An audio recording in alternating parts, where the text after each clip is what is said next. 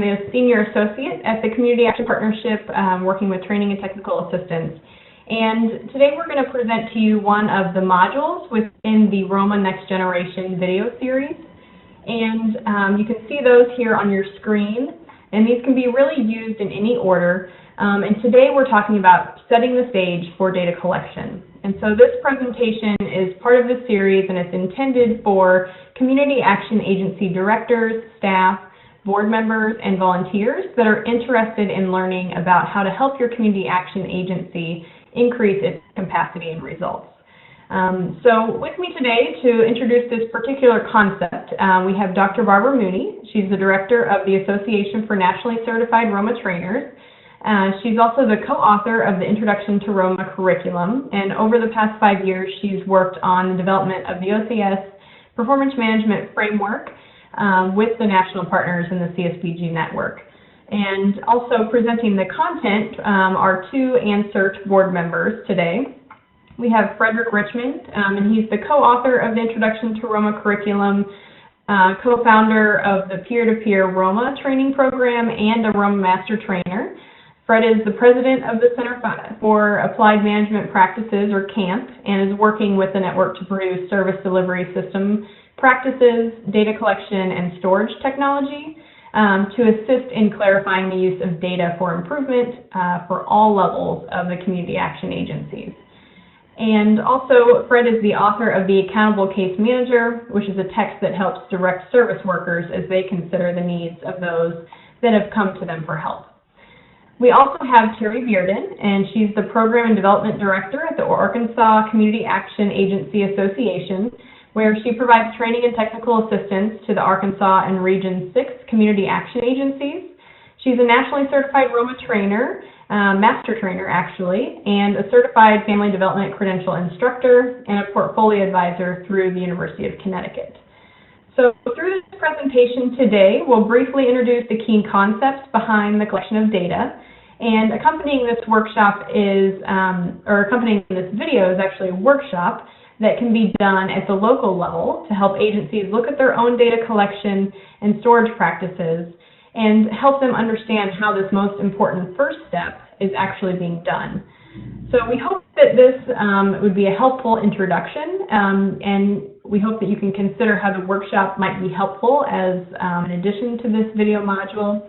And the workshop can really be adapted to the needs of the agency. It can be facilitated in a half-day session, in a full-day session, or in segments through other meetings or trainings. So that will be accompanying this video.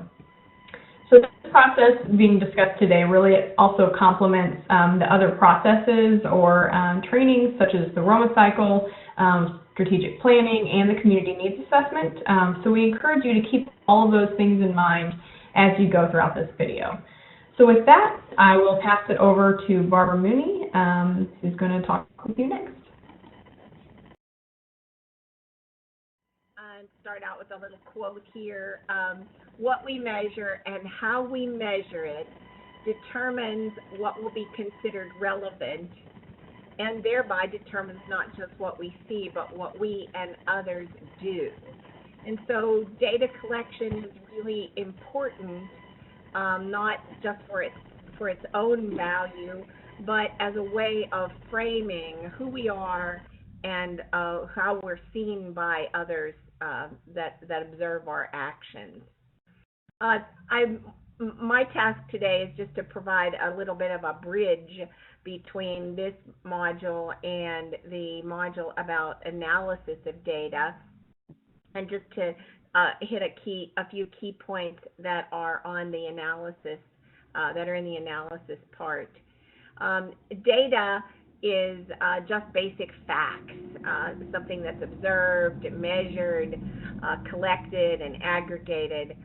And data only becomes information for decision making once it's been analyzed in some fashion.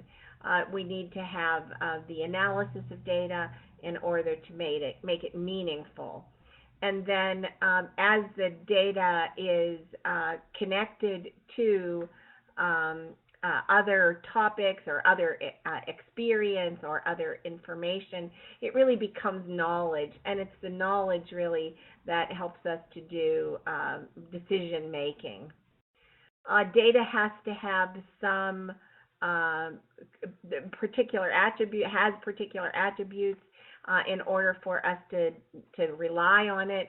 It has to be complete and timely, reliable and accurate, and each of these are discussed at length in the analysis section. But just quickly, that we have all the data that we need, that it's collected and entered in a timely way, and that it's consistent, meaning that the data is collected in the same way over and over again, and that it's accurate, that we actually are comparing or measuring the things that we think we are comparing or measuring. And those elements of data quality are going to be brought up as we talk about data collection.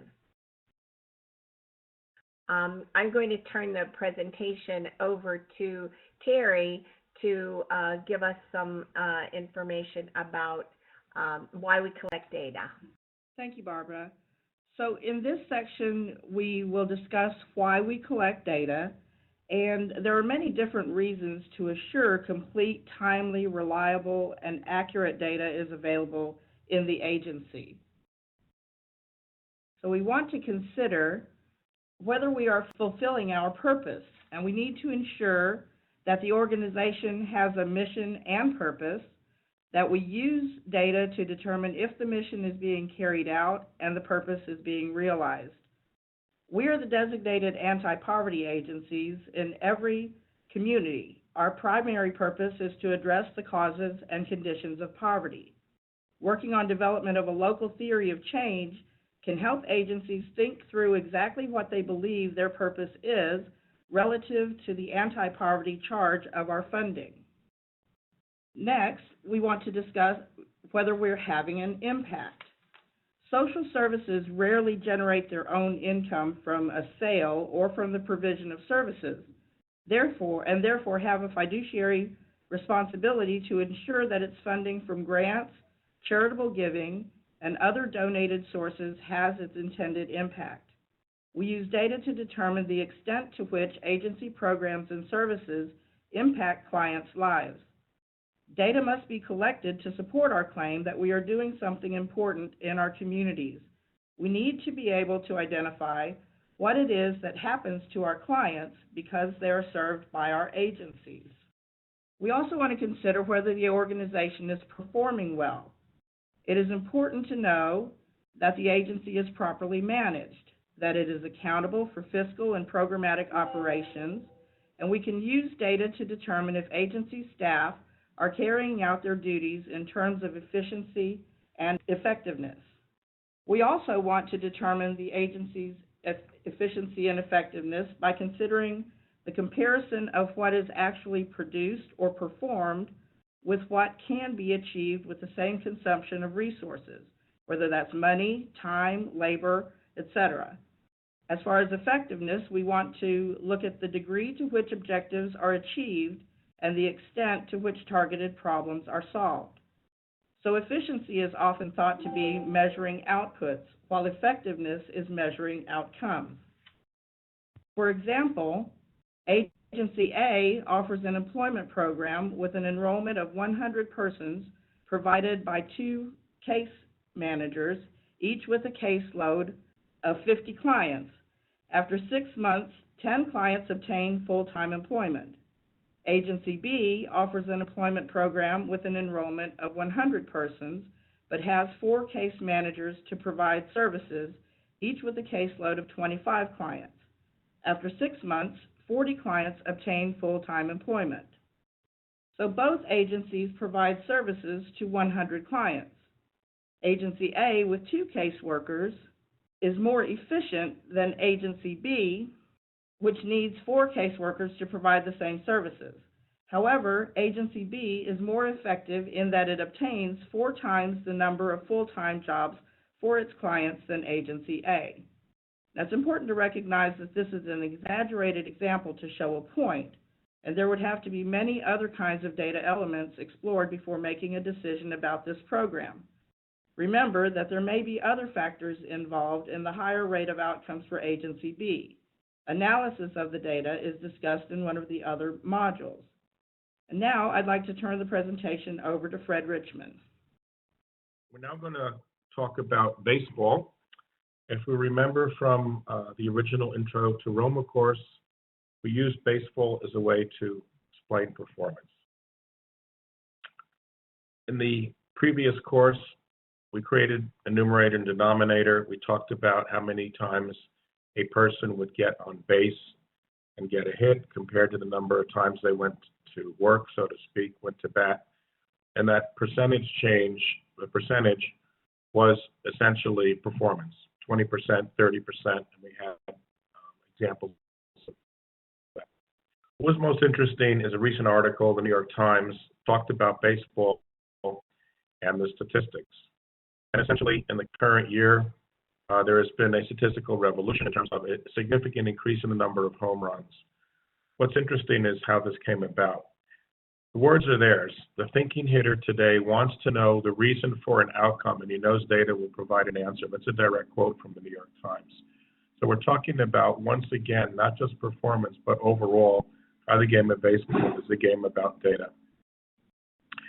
So what essentially has happened is when we looked at overall performance based on hitting, the hitters themselves were working with statisticians and others to actually measure the way a pitch would come in and essentially adjust the way that they stood behind the plate.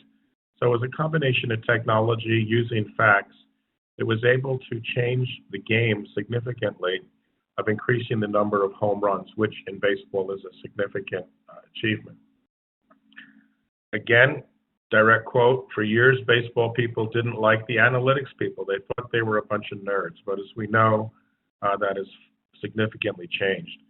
So essentially, nothing to do with the information, but essentially the data has changed our understanding of what's going on. These are significant changes. So again, a lesson in baseball, in addition to performance, it uses data on an ongoing basis to make changes in the way the game is played. It's dynamic. So the next question is, what data do we collect? And we need to be strategic and thoughtful about the data needed for reporting and the data needed for managing all the different aspects of the agency. Two things in mind, reporting and agency management. So we look at what are the data elements being collected. We look at it for reporting. Essentially, we know that there are specific tools like the CSBG annual report that identifies those. The agency itself can use that data, but it might have other areas of interest to say about how well they're doing, who they serve, how it works in the community. Increasingly, agencies want to measure staff performance, how well staff are doing vis-a-vis providing services to their clients and the results of those services.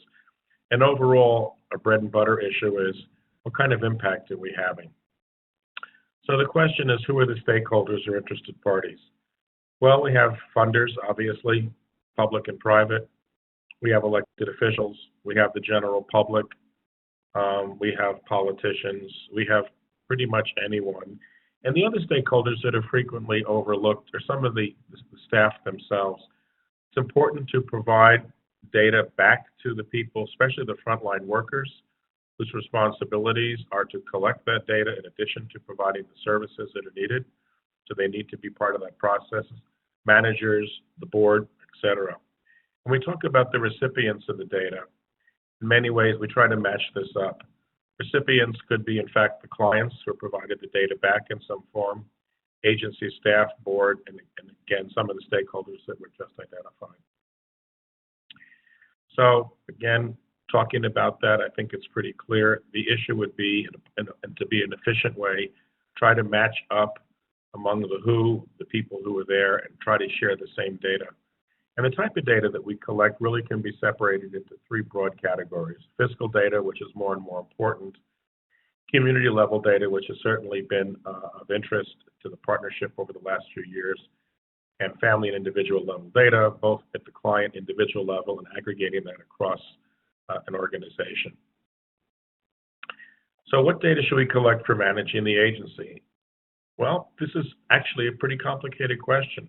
We need to identify what we need for internal management in addition for reporting. So one of the places to start is the Carter-Richmond methodology, which is in the introduction to ROMA, and everyone would be familiar with this. And essentially, the first 7 questions were the ones that we were looking at traditionally. Then we added 8 and 9 that was return on investment. But if you'll notice here that there are 4 that are bolded, and these are minimal requirements. Every agency needs to be able to do this in an unduplicated count. How many clients are you serving? Who are they? These are the characteristics and demographics. What services do you give them? And number 6, what happens to the client as a result of the service? This is, if done properly, this is an integrated relational database. So we can ask many variations of the questions of the clients, who they are, the demographics, services, etc.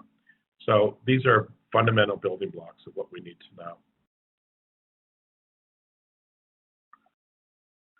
Where does the data come from? Well, the data must be collected from the customers or clients that we serve, from the staff providing the service, as well as primary sources. Primary meaning source data, the original data. And again, the Community Action Network is rich in data. We have the agency strategic plan. We have the fiscal office, revenue expenditures. We have the CSBG annual report, which includes demographic and customer data, as well as the MPI outcome and service data. Many agencies use logic models that provide additional information in addition to what are the MPIs, or integrate that into their own logic models. And there we can further refine needs, services, and outcomes, and other places such as a community needs assessment or rich sources of data. So in terms of primary data, we collect it from our customers, and essentially there's 2 large ways of doing this. We can use paper, which is still there as needed. We have electronic tools, could be anything from different types of software and technology. And essentially we're looking at electronic versions today, mostly sign-up sheets. A lot of times paper is used together with an electronic format. Talking about data storage tools, and obviously people familiar with technology, this has changed dramatically in the last few years. Again, we use paper, we use a spreadsheet such as an Excel, where we can relate 2 elements together. We use historically standalone databases, a tool like Access, and what dominates, of course, today is cloud-based software. This is software that is supported directly on the internet. I want to show here that in terms of what we call a relational database, this is the way that we pull data. You can see here that there are 5 different tables. One has names, one has programs, one has family size, one has housing, one has education. The advantage of a relational database is we can query that system and get information on all 5 of these indicators at the same time. This far exceeds Excel, which is also a useful tool, but is 2-dimensional. We tend to think of relational databases as 3-dimensional. But we need to also establish our data collection practice. Frequently, this is overlooked, and it's critical to an organization to have this as described and established and monitored as anything else the organization does. In the past, and many times software was also written this way, they were reporting tools. And while that's critical and essential, we also have to change the mindset from we primarily collect data for reporting, so we collect data to help manage and support the agency's programs and services, and determine if we make a difference on our clients' lives and in their communities. When we essentially look at collecting data, we need to develop formats for how we add the data together, called aggregating. One client is 1 record, 100 clients is 100 records. What's the story when we look at the data for 100 records? And we have to think through what we do prior to collecting data. Data itself is neutral. It doesn't speak. We have to address and ask data the questions. We also need to find out, for our own sense of efficiency, if funders can accept the same data, if considering how the community actions agencies operate. Many have multiple funding streams. We certainly do not want data collection to be a burden, and there is a way of almost shopping around the data requirements to see if funders will accept similar data. And then lastly, we want to develop a data map like a flow chart that shows the flow of information across the organization. Anyone who works with developers and technology and computer folks know that this type of specifications is critical to have a successful product. Here is an example that had been worked out. Actually, this comes from working with the Community Action Network in the state of Nevada. And essentially what we did is we mapped out data flow. So we know how the client operates. Without going into detail, this is for illustrative purposes only. As long as we understand how clients work through the agencies, the data flows. So this is important from a data perspective. This is also important from a technology perspective. So I'd like to wrap up here with my part. And essentially, when we plan for data collection and monitoring, we need to think about this and use the words of Peter Drucker, who has been integrated throughout this PowerPoint. We used his material, obviously, the 5 most important questions. And Mr. Drucker also had thoughts on monitoring data collection. So we're talking about monitoring built in early. It is part of people's jobs, give leadership the ability to take corrective action, and systematic feedback. Now, I have seen more recently that quality data collection, meaning timeliness, completeness, have been built into staff's job descriptions, which in a way reinforces the importance of this whole process. I'd like to turn this over to Terry. All right, thank you, Fred. So next, let's discuss developing capacity. And we need to recognize that the agency will be developing the capacity for data collection and storage of data at several different levels. In developing agency capacity for data collection at the agency staff level, data collection, as Fred mentioned, must be integrated into their daily work activities.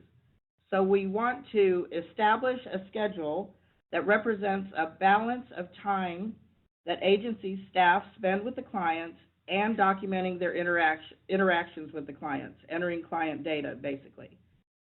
We want to provide skill development opportunities for staff and support the mindset for data collection. And we also want to assure ongoing monitoring of the stored data to ensure that staff are collecting and entering the data correctly and in a timely manner.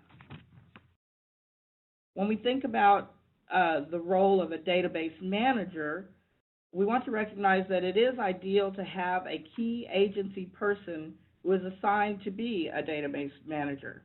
And that person would be responsible for the overall management of the database and for training other agency staff to use the software.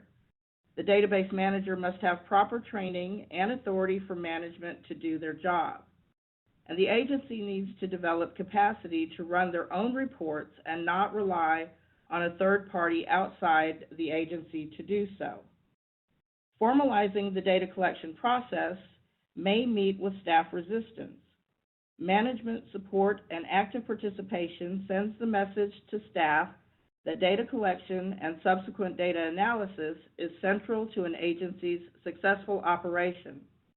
Agency management and staff will become better users of data if they develop this capacity in-house. We must also consider our policies and procedures. Data not collected and/or entered in a timely manner results in incomplete data and also does not support proper data analysis. A lack of follow-up data from customer interactions and missing referral data from other agencies will likely result in underreporting of service and outcome data. A policy and procedure manual for data collection and analysis should be developed and provided to all agency staff. Missing and incomplete data are the most frequent deficiencies in the data collection process and does not support proper data analysis. So now I'm going to turn it over to Courtney, who will introduce our next steps. All right, well, thank you, Terry. And what we want to talk about as far as next steps is in the beginning of this presentation, we talked about the fact that there is a workshop that accompanies this video. So what you've gotten today is just an introduction to really setting that stage for data collection and storage in your agency. And so we invite you to participate in this in-person workshop to be able to further explore the data collection and analysis through the ROMA cycle. And so you'll see that there are workshop PowerPoint slides as well as a workshop facilitator guide that is associated with this video module. And so in the workshop is really where you can begin to look through your agency documents, processes, and use some of the activities within that workshop so that you can begin to aggregate and analyze your own data within your agency and local community. All of this information is going to be housed through the Community Action Partnership website. So if you go under Tools and Resources, you will find all of this information there. And also, for more information, definitely feel free to reach out to any of us at any time. So all the presenters that you saw today on this video module are on this slide, and the slides will be available for your use as well. So thank you all for viewing this video module. We appreciate it, and let us know how else we can help. Thank you.